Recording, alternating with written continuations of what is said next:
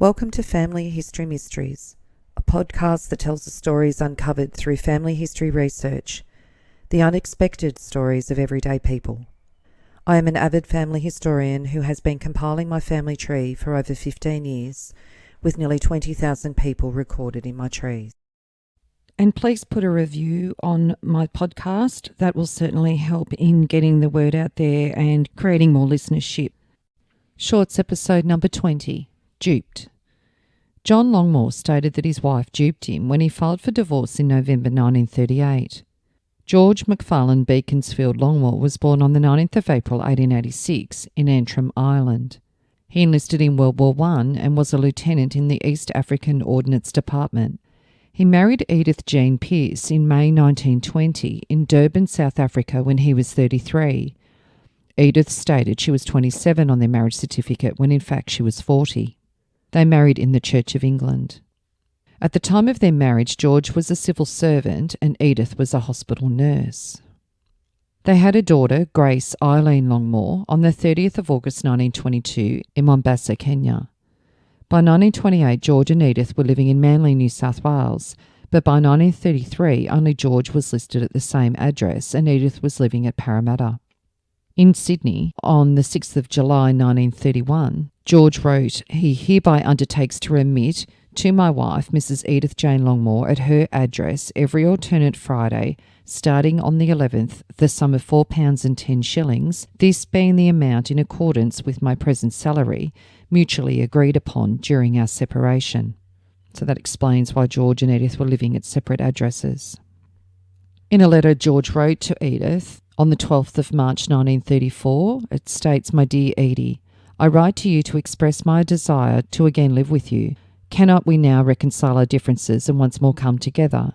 I shall be pleased to hear from you as to whether you are agreeable to this course, and in the event of your reply being favourable, we can make a mutually convenient opportunity with a view to selecting a suitable home at which to resume a matrimonial relationship. Love to yourself and Grace, your sincere husband George." 13 days later, Edie wrote to George from Parramatta, "My dear George, at present I cannot leave my mother owing to her state of health not being the best, and I am considering your letter at a later date at which to resume my matrimonial relationship. With much love from myself and Grace, your sincere wife, Edie." 2 months later, on the 28th of May 1934, she wrote to George again, "My dear George, I would be pleased if you could see me tomorrow on the 29th. It is the anniversary of our wedding, 14 years, and I would very much like to see you, if only for 5 minutes. George, I will be at the Pitt Street entrance of the GPO at the paper shop at 1:30 punctual. With lots of love and kisses from Grace and myself to you, your sincere wife, Edie." And a month after that she wrote again, "Dear George, please note in future my allowance, agreed by you to be paid at the GPO office every alternate Friday and not Tuesday. Also my address is at the GPO City. It may save any further trouble. You will oblige, E. Longmore." And 2 months after her last letter to him, George wrote a letter to Edie from Sydney, 30th of August 1934. "My dear Edie, I herewith enclose a money order made up to the amount it originally was. Incidentally, this is your 54th birthday, Edie. Well, old girl, I wish you the best. Of course, dearie, according to your calculation, to me, you would be now but 42 years old. However, be that as it may, let us hope that we'll be together this time next year. Anyhow, I am still waiting a reply to my letters of March last, asking that you arrive with me in a reconciliation of our differences, and that we again come together and live as man and wife. So far, that letter, in terms of its reference, has not been replied to. Admittedly, you came to see me on the anniversary of our wedding day and told me that you would never live with me again, but that I am not accepting without a further effort on my part to bring about a complete reconciliation. By the way, I met an old friend of yours who, although he and his wife lives in Manly district, you never told me about. His name is George Jack. He's a blacksmith by trade. Can you remember him or any association with him? Hope Grace is well. Her birthday is on the 30th. Love and best wishes to you both, your loving husband," with a question mark. By 1936, George was living at Balgowlah in New South Wales, And Edith wrote from George Street, "My husband called on me tonight at the above address, and all I wish to say is that I have no desire to live with him." And she wrote that on the 13th of August 1937. On the 14th of September 1937, from Sydney, George wrote, "My dear Edie, I refer to our conversation of the 13th of August 1937 at Parramatta, when you stated you had no desire to ever live with me again. I would like you to reconsider your decision, as it is still my desire to reconcile our differences and live with you again. Kindly let me know whether you are prepared to reconsider your decision, and in the event of your being agreeable, a convenient appointment can be made for the purpose of selecting a suitable home at which to resume a matrimonial relationship. Your sincere husband." However, on the 22nd of November 1938, in the Sydney Labour Daily, "Duped by wife, says man." His wife had duped him, said George McFarlane Longmore in the divorce court today. Longmore is an officer of the Commonwealth Investigation Bureau. He petitioned for a divorce from Edith Jean Longmore on the grounds of desertion. He said that she falsely told him that her father was Judge Pearce of Sydney. After he married her, he found out there was no Judge Pearce at Sydney.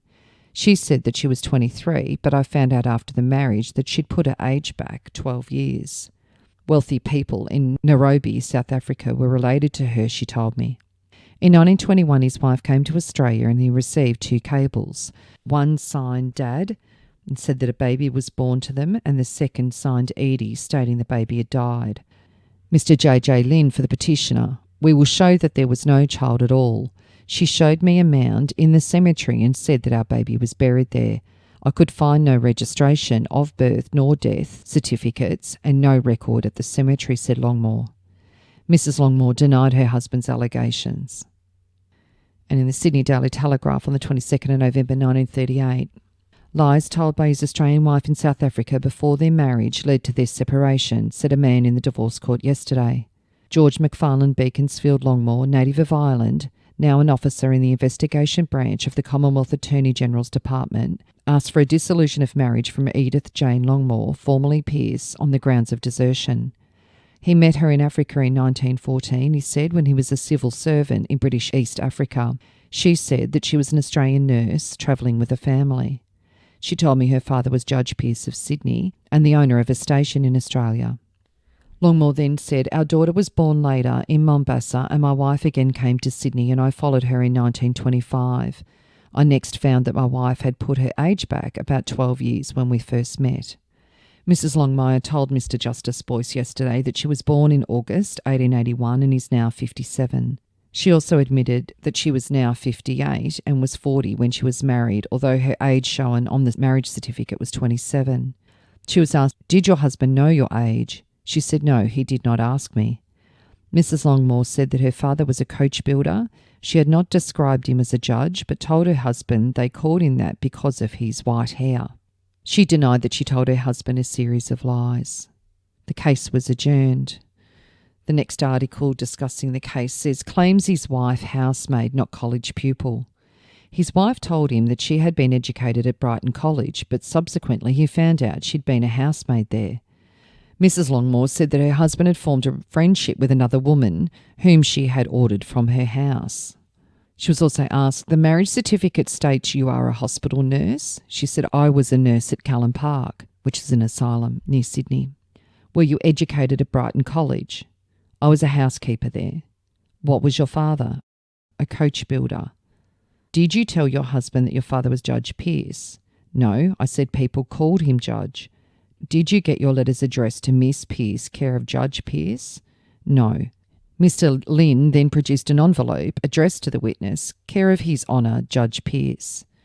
Mrs. Longmore said, "I believe my husband did address my letters in that way."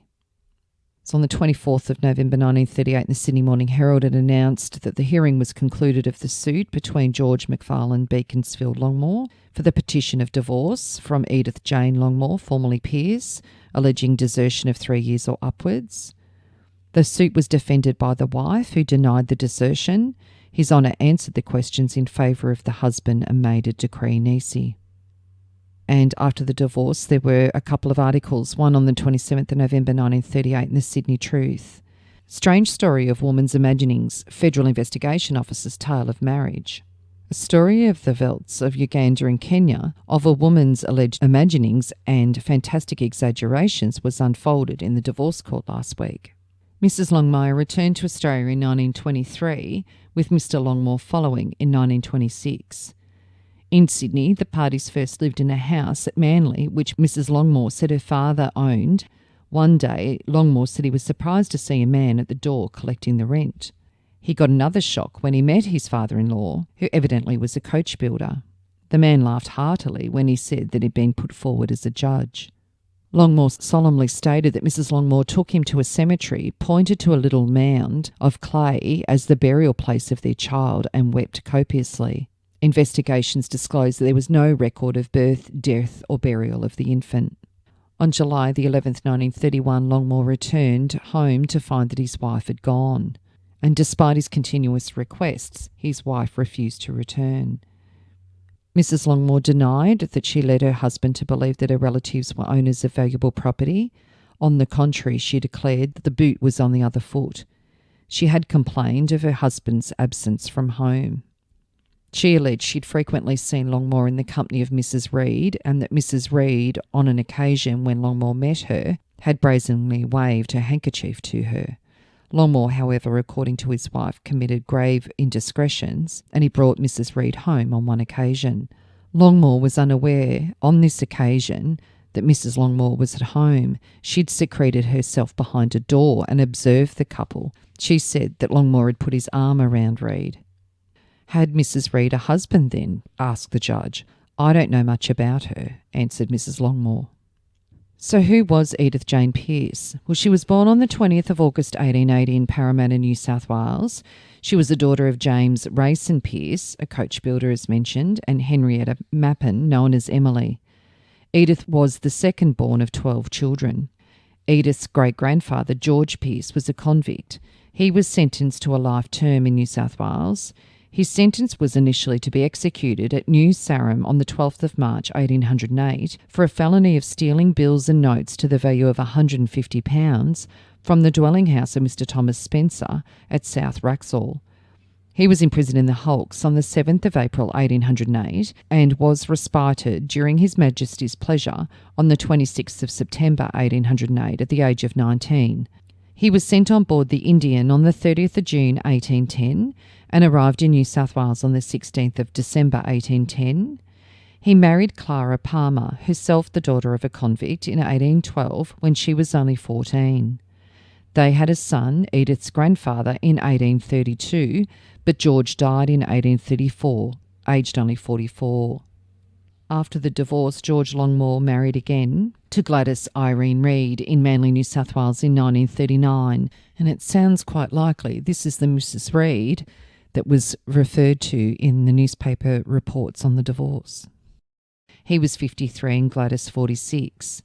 George and Gladys sailed from London to Sydney in November 1951 and then travelled to England again, and they returned back to Australia in October 1957. George died on the 21st of March 1962 at Balgowlah, New South Wales, aged 75, and left the whole of the proceeds of his will to his second wife. Edith did not remarry and died on the 18th of October 1967 in Sydney, aged 86. Their daughter, Grace Eileen Longmore, married Ronald George Seymour on the 6th of June 1947 in Rabaul, East New Britain, Papua New Guinea, when she was 24 and Ronald 30. Ronald was a mechanic and they lived in North Sydney, and in 1954 lived in Carlton, New South Wales. They had a son, Ronald Arthur Seymour, in November 1956 in Camden, New South Wales. Grace was 39 when her father died. And Grace died on the 20th of November 1984 in Camden, New South Wales, aged 62. So it seems that after George found out that his wife had not told the complete truth, that was pretty much the end of it for them, despite his trying. And it seems to me that Grace may not have had much contact with her father once she became an adult, or certainly once the divorce occurred. If you are interested in sharing your story on my podcast, Family History Mysteries, please go to my Facebook page and send me a message. If you would like some assistance in filling in the gaps in your family tree to see what mysteries you solve, please get in touch. And don't forget you can have early access to episodes by subscribing, and you'll also gain access to bonus episodes.